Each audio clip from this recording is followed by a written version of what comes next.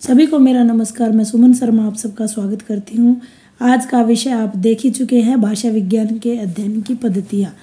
सामान्यतः अध्ययन विश्लेषण की कुछ एक बुकों में 3 ही पद्धतियाँ हैं, लेकिन यह भाषा विज्ञान की उत्कृष्ट बुक में से मैंने आपका ये विषय उठाया है। आधुनिक भाषा विज्ञान, डॉक्टर विवेक शंकर, मानव संसाधन विकास मंत्रालय, भारत सरकार द्वारा प्रकाशित, राजस्थान हिंदी ग्रंथ अकादमी द्वारा प्रकाशित ये बुक है। और इसमें से महत्वपूर्ण इस विषय को बड़े ही अच्छे और सुंदर ढंग से प्रस्तुत करने की कोशिश की है। आइए इस पे विचार विमर्श कर लेते हैं। ज़्यादातर मुख्यतः आपके 5 बिंदु बनेंगे, जिसमें से वर्णनात्मक भाषा विज्ञान, ऐतिहासिक भाषा विज्ञान, तुलनात्मक भाषा विज्ञान, संरचनात्मक और प्रायोगिक। आइए एक एक करके हम इसको समझ लेते हैं। वर्णनात्मक भाषा विज्ञान पद्धति किसी एक काल को किसी एक भाषा के स्वरूप का विवेचन किया जाता है। देवेंद्र शर्मा के अनुसार किसी भाषा के काल विशेष के रूप में अध्ययन और विश्लेषण कर कुछ नियमों का निर्धारण करना वर्णनात्मक भाषा शैली के अंतर्गत आता है।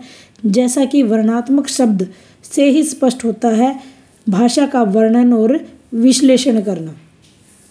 भाषा का वर्णन एवं विश्लेषण करना जो काल विशेष से संबंधित है। वर्णनात्मक भाषा विज्ञान को दूसरे शब्दों में हम व्याकरण कहते हैं। द सोशूर ने वर्णनात्मक भाषा विज्ञान को यानी सिद्धात्मक बताया है। एक ही जगह रुके रहने वाली नहीं, बल्कि इसका वर्णन करने वाला इसको कहा गया है। कात्यायन, पतंजलि, ग्रीक विद्वान थ्रेस, इरोडिन, प्रसिद्ध अमेरिकी भाषा चिंतक ब्लूमफील्ड, जिनका ग्रंथ है लैंग्वेज ग्रंथ, उन्होंने भी इसमें महत्वपूर्ण योगदान दिया है। वर्णनात्मक का मतलब वर्णन करना, डिस्क्रिप्शन करना, उसका विश्लेषण करना, अध्ययन करना। ऐतिहासिक में क्या किया जाता है कि ऐतिहासिक में भाषा के कार्मिक विकास पे ज़्यादा ध्यान दिया जाता है। उसके रूप पे, मध्य रूप उसका कैसा रहा और वर्तमान स्वरूप उसका कैसा रहा, यानी उसके कर्म की तरफ चलेंगे। जैसे आदिकाल में भाषा का क्या था, मध्यकाल में क्या, भक्ति काल में, रीति काल में, या फिर ये सारा जो कार्मिक है उसको हम ऐतिहासिक कहते हैं। 2 कालों के इतिहास को प्रस्तुत करना आवश्यक होता है। वर्णनात्मक भाषा विज्ञान जहाँ समकालिक और एककालिक होती है, वहीं देखो डिफरेंस भी आपको यहाँ समझा दिया गया है। ऐतिहासिक भाषा विज्ञान में 2 कालों का होना जरूरी है। इसकी हम समता और विषमताएं, यानी जो समानताएं हैं और जो विभिन्नताएं हैं, दोनों को समझने की कोशिश करते हैं। किसी भी भाषा में ऐतिहासिक रूप को समझने के लिए ऐतिहासिक पद्धतियों को आधार बनाया जाता है।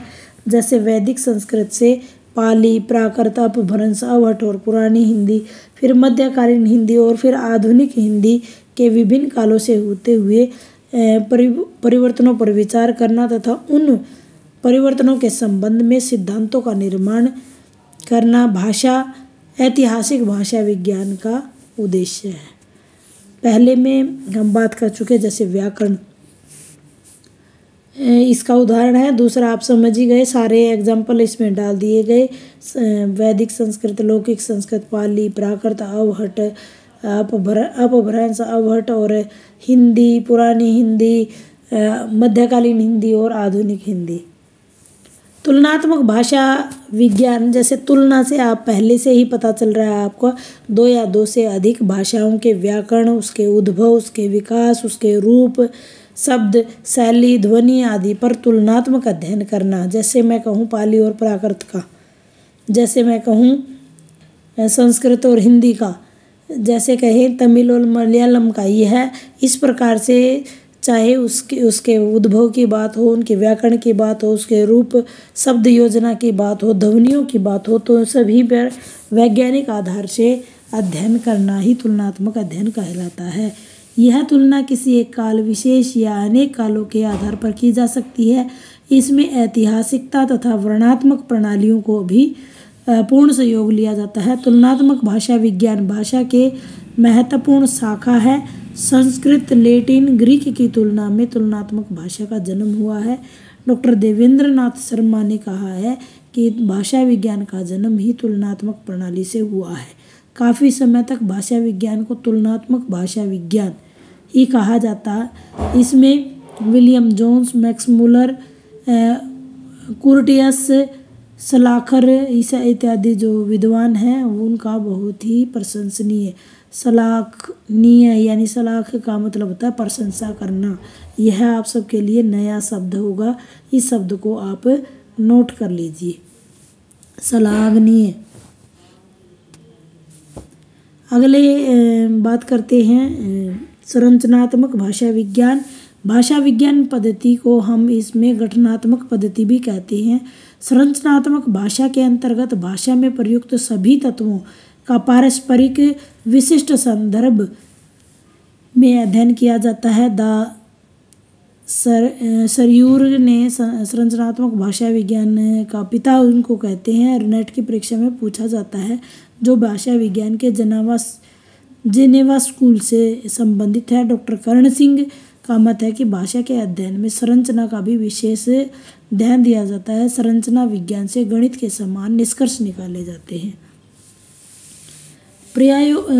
जो एक्सपेरिमेंटल और प्रायोगिक भाषा विज्ञान हम कहते हैं, इसमें प्रयोगात्मक पद्धति का प्रयोग भाषा संबंधी किसी उद्देश्य की प्राप्ति के लिए किया जाता है और इसमें मूलतः प्रकारों से होता है। कुछ विद्वान इसे व्यवहारिक पद्धति भी कहते हैं। भाषा विज्ञान संबंधी भाषा को हम व्यवहार में लाना हमारा उद्देश्य होता है। देशी विदेशी भाषाओं की पद्धति, उच्चारण सीखने की प्रक्रिया, अनुवाद शैली, कोश निर्माण शैली भाषा विज्ञान की पद्धतियों के विषय होते हैं। इस प्रकार से हम भाषा विज्ञान की निष्कर्ष के तौर पर मैं बताना चाहूँगी कि 5 पद्धतियाँ देख चुके हैं।